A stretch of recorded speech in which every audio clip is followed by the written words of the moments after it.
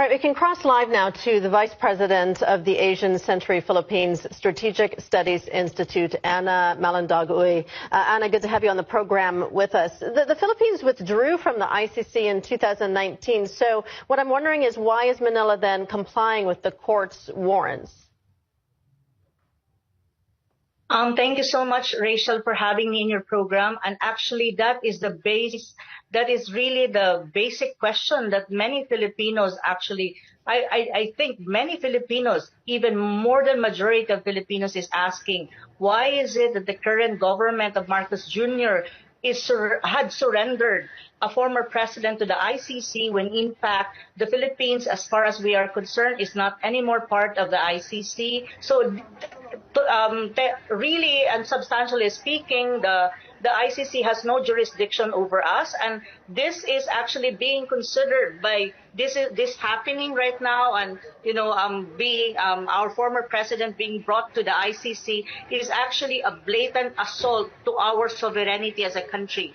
They're interfering in our internal affairs, and one thing that I can tell you, Rachel, our country is not a failed state, and it means that our judiciary, our courts are functioning and very vibrant. And in the ICC, there's such a thing as complementary principle, that the ICC will only to a country if you're a member, if your courts are not functioning anymore. But that is not the case of the Philippines. So basically, this kind of happening is something that is a very sad story for us Filipinos, and I think this is a glaring and a blatant assault to our sovereignty as a country. But even then, the question really also among the minds of Filipinos is, why is it that the Marcos administration has cooperated with the ICC?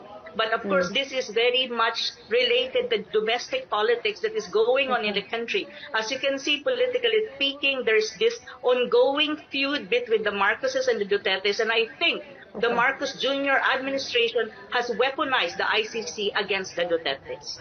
Duterte called the ICC arrest warrant unjustified because he said his war on drugs restored peace to the nation. What do you make of that argument?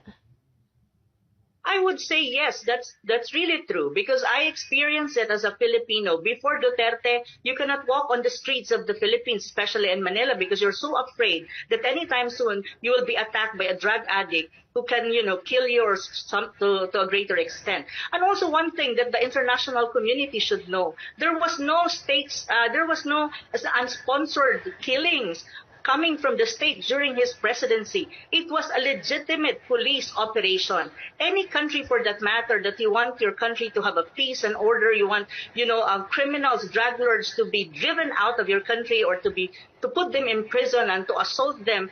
It's a legitimate action coming from the state, and I think our former president was just doing job.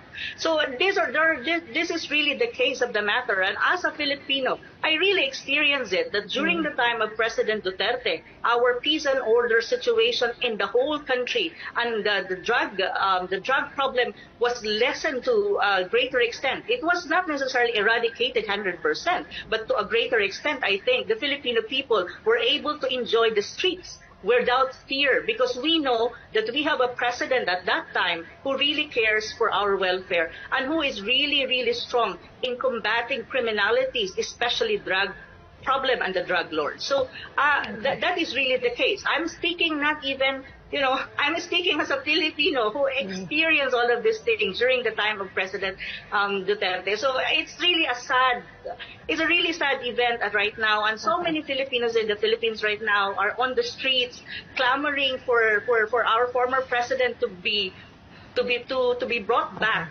to the Philippines, because he's already 80 years old as well. He's quite too old.